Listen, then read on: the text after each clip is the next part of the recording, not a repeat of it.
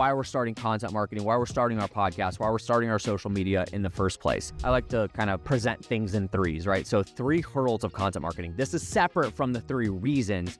I want to give a precursor as like, here's the hurdles that most people have to jump over in order to actually accomplish like actually getting going. And it's normally time, resources, or knowledge.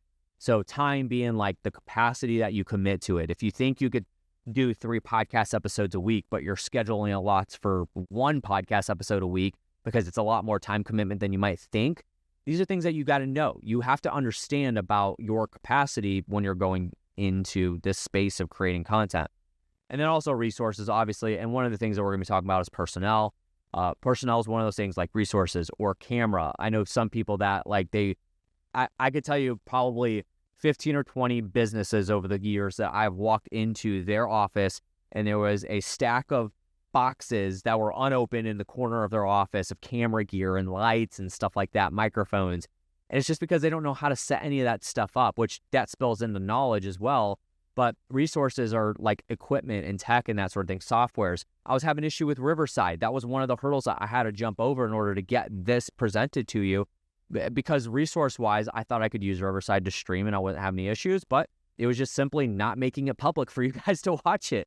And so I had to know that. And this is something that I'm testing for myself that I can maybe use that later on to help my clients if they run into the same issue, you know? So, and then knowledge obviously is another one. We got to make sure we fill a knowledge gap for, you know, setting proper expectations for why we're starting a podcast, for why we're starting a social media or doing video content in the first place. And then also making sure that we know, you know, like what we're supposed to do. Like, should we start a podcast? If we're marketing to motivated seller leads because we're a real estate investment company that buys houses from people, it really doesn't make sense to do that because you're not going to have motivated seller leads lined up out the door to, you know, sell you their house based on your weekly podcast that you put out to them. That's just not how it works. So, and the thing is that we have to look at social media as marketing. It's not, I think a lot of people use the word awareness, especially like in the marketing world.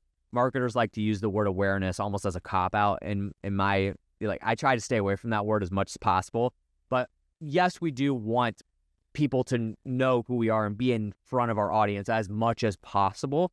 But that is awareness. However, it is still marketing. It's still like, I'm pitching something to you, whether it's a hard pitch, a soft pitch, or just value-driven content with a call to action on the back end, or a link in the description, or whatever it is. We still want to make sure we treat it as marketing.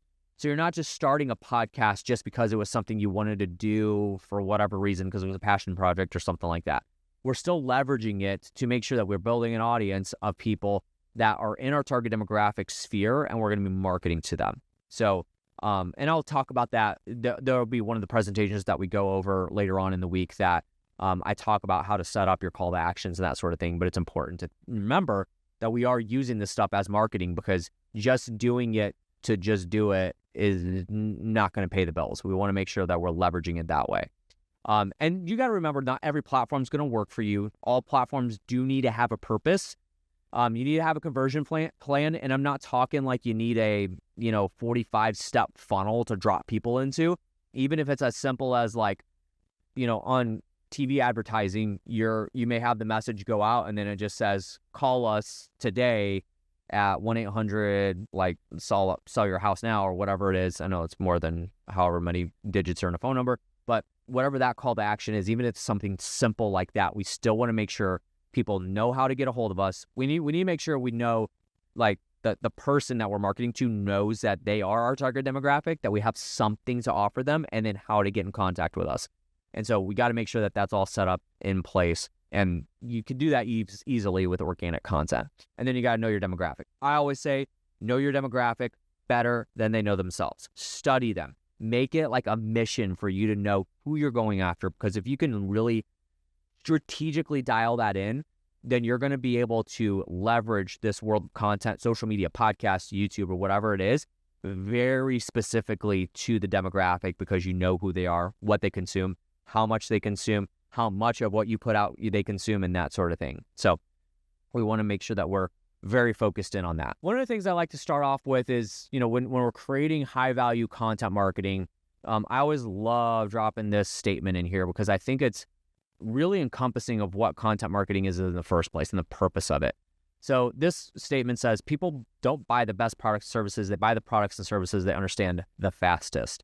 So when it comes down to it, content marketing is one of those ways that you could drop so many pieces of marketing in front of somebody and help them understand your product and service faster than everybody else. This is one of the reasons why you'll see put out like 2 videos a day or a podcast a day or 3 podcasts a week or whatever it is because they want to make sure that their target demographic understands who they are and what they do and how they can be served super fast. Like we want to be the quickest one to the punch because not everybody's going to be like, if somebody's motivated to purchase something or to work with you in some capacity because they have a need that needs to be filled, most of the time, like people use the word shopping around.